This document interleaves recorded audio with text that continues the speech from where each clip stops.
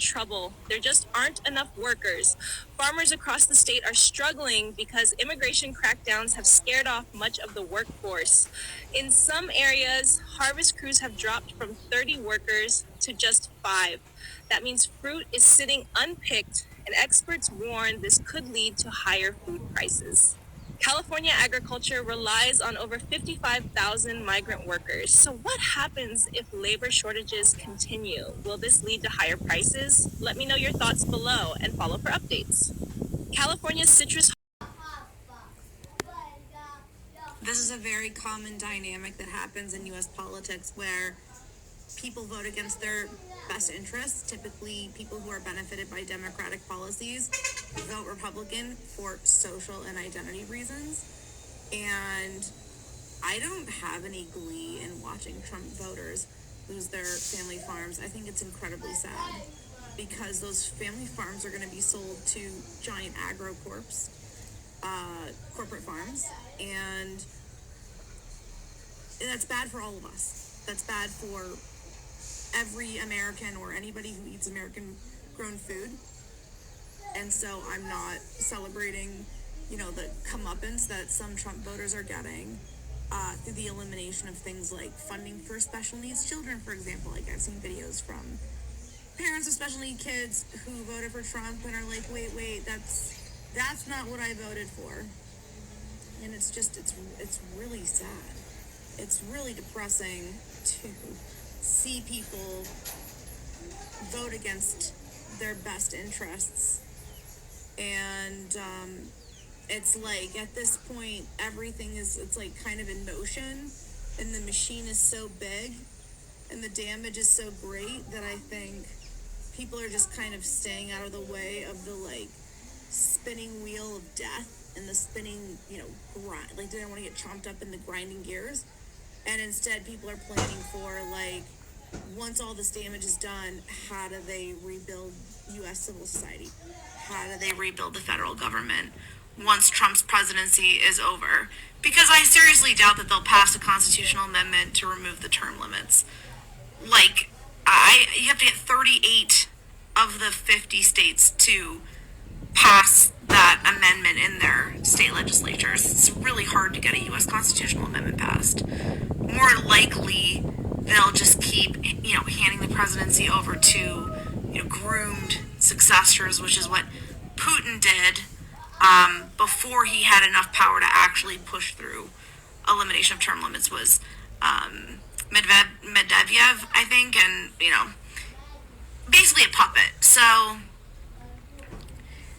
yeah, I think people are just planning for how to mitigate some of this damage, but it's such a huge, overwhelming amount of change, and there's clearly no opposition leadership. Who's the opposition leader of the Democrats? Cory Booker. He voted for a bunch of Donald Trump's cabinet picks. Chuck Schumer voted for Marco Rubio, confirmed him as Secretary of State, and he's down there threatening to invade Panama. So, you tell me who's the opposition leader in the U.S. Just isn't working out. Most immigration workers left, so this farmer hired Americans. The problem is, he says, most show up late, work slower, and are ready to head home after lunch. Some even quit after just one day out in the field. And farmers say many Americans are not physically fit and simply don't work fast enough. Many of our local farmers are dependent on immigrant labor to pick their crops every day. And that's the produce you and I are buying in the grocery store. But many of the men I spoke with agree that immigrants need to be legalized in some form or fashion. Several of the farmers I spoke with today off camera say the inconsistency of the immigration law is already hitting their business. They told me workers are simply moving to states who do not have immigration laws, and they say that could jeopardize farming. Bro, I just spent $8 on a damn tomato. A tomato. Why the hell is food so expensive now? Well, let's see. Farms don't have workers, crops aren't getting picked, supply is down, and prices go up. What do you mean farms don't have workers? I mean, 70% of farm workers were foreign-born, a huge chunk undocumented. And now, they're gone. Either deported or too scared to show up. Well, maybe if they came here legally, yeah? And how do they do that, Randy? Do you know how long it takes? A few months? Try years. Even farm worker visas have massive backlogs, and that's even if they qualify. Meanwhile, farmers needed those workers yesterday. Why didn't Biden fix it? You're joking, right? Biden tried to speed it up so more workers could come in the right way, but people freaked out, so Donnie Doofus scrapped it. So what, now we're just out of food? Not out, just more expensive. Farms can't harvest without workers, so crops rot in the fields, supply drops, and prices spike. And that's before you even factor in transportation costs. Can't they just hire Americans? Yeah, for about triple the pay, which means that tomato would have cost you $15 instead of $8. What about machines? Can we just automate it? Randy, those machines are millions of dollars each. Plus, you think a machine can gently pick a ripe strawberry without crushing it? This is insane. So what's the plan? There isn't one. Just higher grocery bills, fewer farms staying open, and maybe in a few years, imported food costing even more. So you're saying I should have bought a greenhouse? No, Randy. I'm saying you should have voted like you actually live in this country. This is Juju, and today I'd like to talk about farm workers. So here I'm in Watsonville on my way to Soledad Prison to do empathy in action. And you can see in the distance here the farm workers hard at work here in the field. I guess I can't get that. But I just want to talk about the support, the way that the media and certain people in our government are talking about immigrants, and particularly from Mexico, Hispanic immigrants. And these are some of the most hard-working people. This is back-breaking work. I've gone to a farm workers tour. There's a wonderful nonprofit called Farm Workers Family, farm worker families, and I've gone on one of their farm workers tours and seen what it's like to have to try to pick strawberries, the conditions that they live in. Our immigration system is broken, absolutely, but we need to give this, because right now these people are working under slave conditions, always afraid to that they're the threat of being undocumented in this country. And so this is the agricultural area, and everyone is like, if you want to try deporting people, who do you think is going to come out here and do this back-breaking work? So I just want to say how important immigrants and farm workers are certainly to this area of California, and I send them my love and respect. And again, check out the Center for Farm Workers Family. It's a wonderful organization. So this is Juju, unscripted, unedited, unfiltered, coming from the fields of Watsonville, and lead with love. Some mass deportations have sent fears to the Central Valley, where migrant farm workers aren't showing up to work. The California Farm Bureau says the industry's taken a hit after immigration agents conducted several operations in Kern County last week, and workers not showing up to work may lead to higher food prices. Here's why.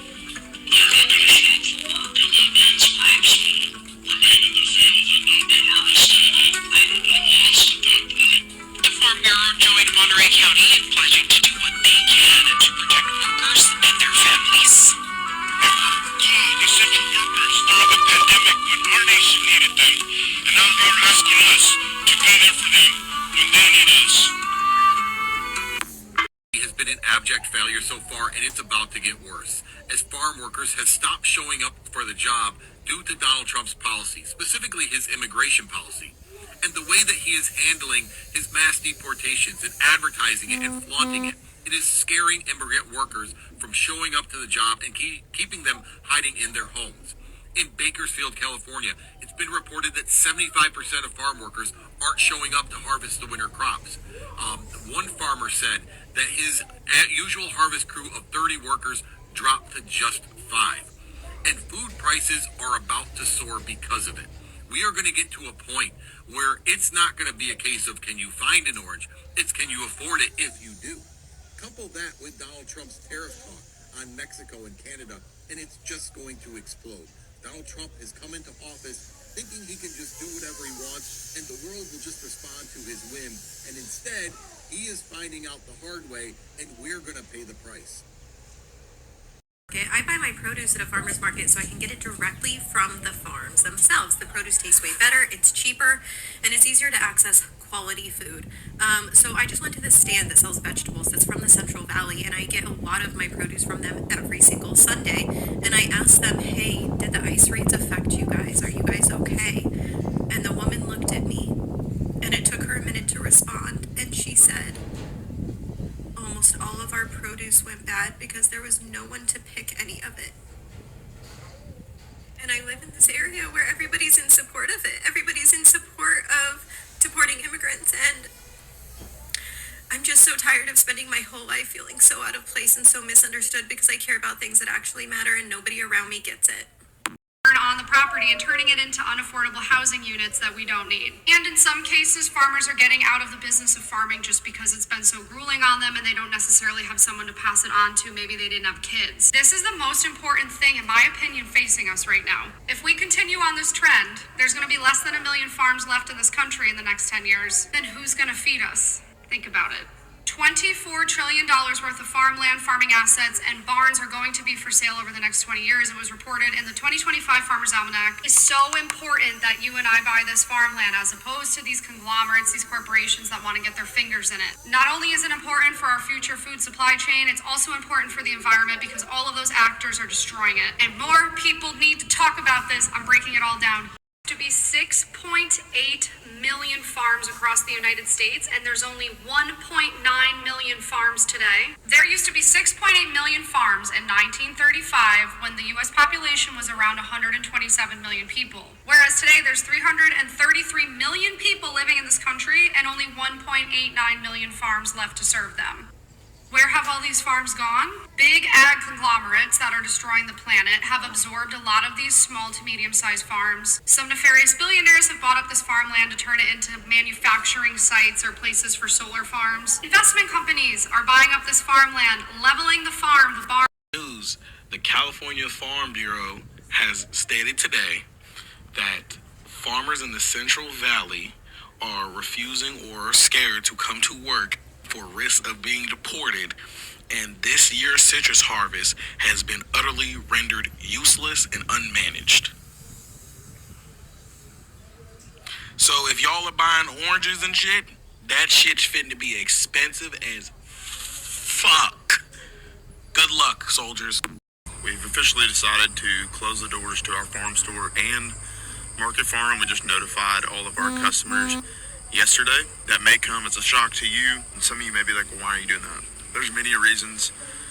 Ultimately, it comes down to we don't feel like the time input for the return is worth it. There's only so much time in a day. I've got several other businesses that just demand my time. I'm a real estate agent, I'm a health insurance agent, and then obviously we run the Tanner Farmstead social media accounts, educating you on how to grow food, and I really want to scale that and scale these other businesses, and I really want to grow putting out more content. And to be honest, I've wrestled with this for the past couple of years.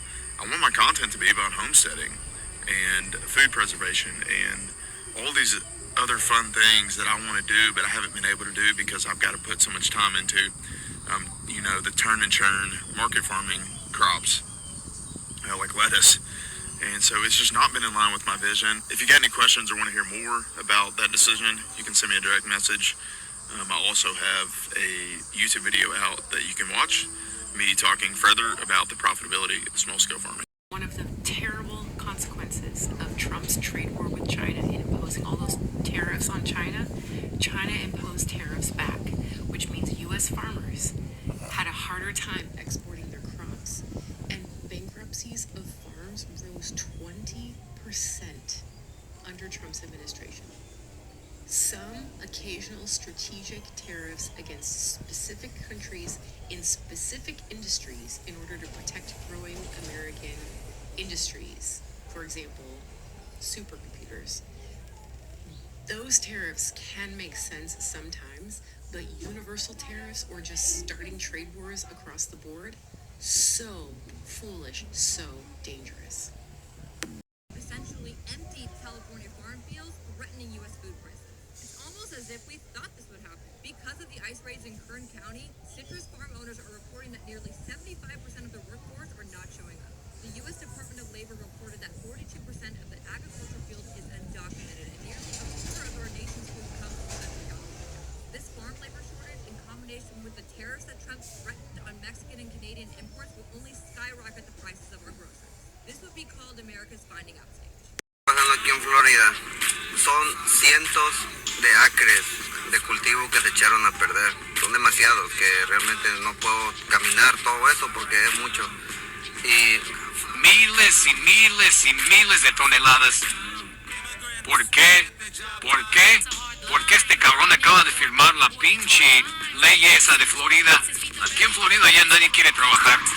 Toda la uva ya echada a perder. Ya no hay inmigrantes aquí. Ahora no sé qué vamos a hacer. Miren, miren nada más, toda la uva se está pudriendo.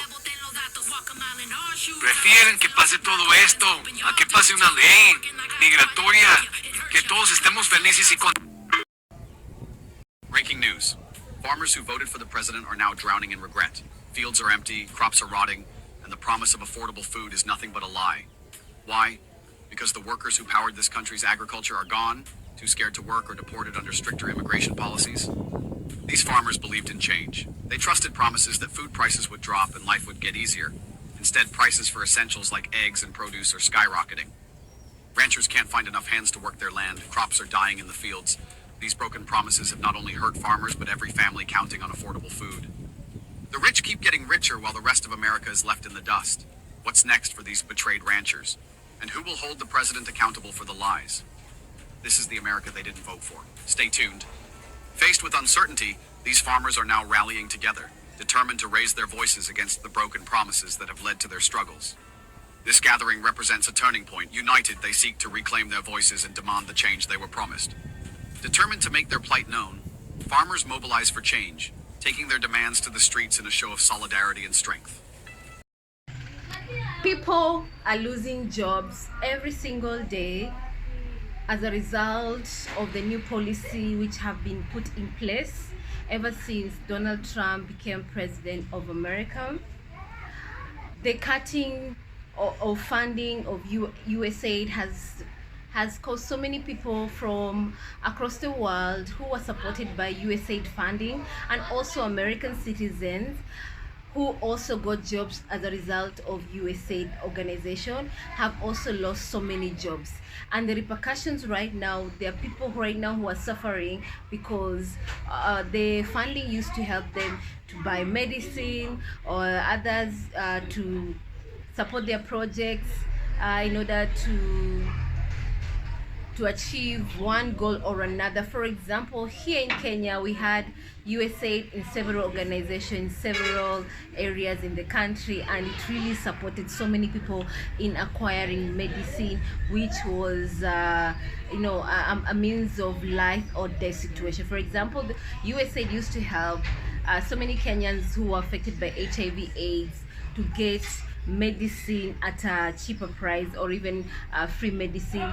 USAID funding used to help people to get jobs, especially those who are doing under the medical sector, which is being supported under the non-government organization. They were given jobs to support these projects, and as a result of the removal of USAID programs across the world, people have lost jobs. The medicine that were literally supporting people in order to carry on their daily activities are unable to get those medicine at a cheaper price or even free of charge. So the repercussions are being felt all over the place. And if you look around, you'll see one person or a colleague or a neighbor who is going through the repercussions, and what is happening is literally what we were told is going to happen. Because when he ran for presidency, he said he's gonna do this and that. He didn't lie. He told us. He said it clearly, and this is the result. So is there a right or wrong? It just depends on how you look at things. Was he right? Is he wrong? remember, we are all in this world. Our outlook on whatever we want to achieve in life, it has a different perspective depending on your experiences, how you're brought up, your status, and many other factors. So right now, we had so many Americans who voted for MAGA, for Republican, and the results are being felt not only in America but across the world. And as a result, in the next 4 years, we need to brace ourselves, because repercussions are still being felt. Repercussions are going to be felt for the next 4 years, even more for the next 10 years, because USAID funding was really helping so many programs from across the world, and the United Nations programs, and the non-governmental organization programs, people's projects, businesses. They are also being assisted under US funding, because if you look at USAID, it had, they play a role in different sector, whether it's medical sector, whether it's LGBTQ sector, whether it's an injection sector, whether it's a demonstration in politics sector. They play a role in different sector, and they have been in operation for the last 60 years. America and the USA has played a big role in shaping, influencing the world through this organization one way or another, and it has been in operation for the last 50-60 years down the line, and it has literally shaped the way we look we look at America across the world, because they come to your country, they offer this project, they assist you in one or another, and as a result, your local people are being assisted, and in the process, they make you look at America in a positive view. Now, with this cutting of funding, it has literally, should I say, shocked the world, and realize, we are on our own, and we need to come up with ways of taking care of our own citizens, come up with projects that we are going to fund ourselves and help our people. These are the repercussions of voting against your best interest. These are the repercussions of voting to spite your nose. These are the repercussions of being told what I'm going to do, and you don't believe that I'm gonna do it. And these are the results. When I see people crying and say, oh, this is not what I voted for, this is not I believe in, this is not what I was aiming for, and now the repercussions, they're aiming at me, I've lost my job, oh, I'm losing my farm, oh, we are paying food prices have gone high, oh, one way or another I'm going to lose my house because I'm unable to pay my mortgage, because I've lost my job, as a result of the Republican president being in the office.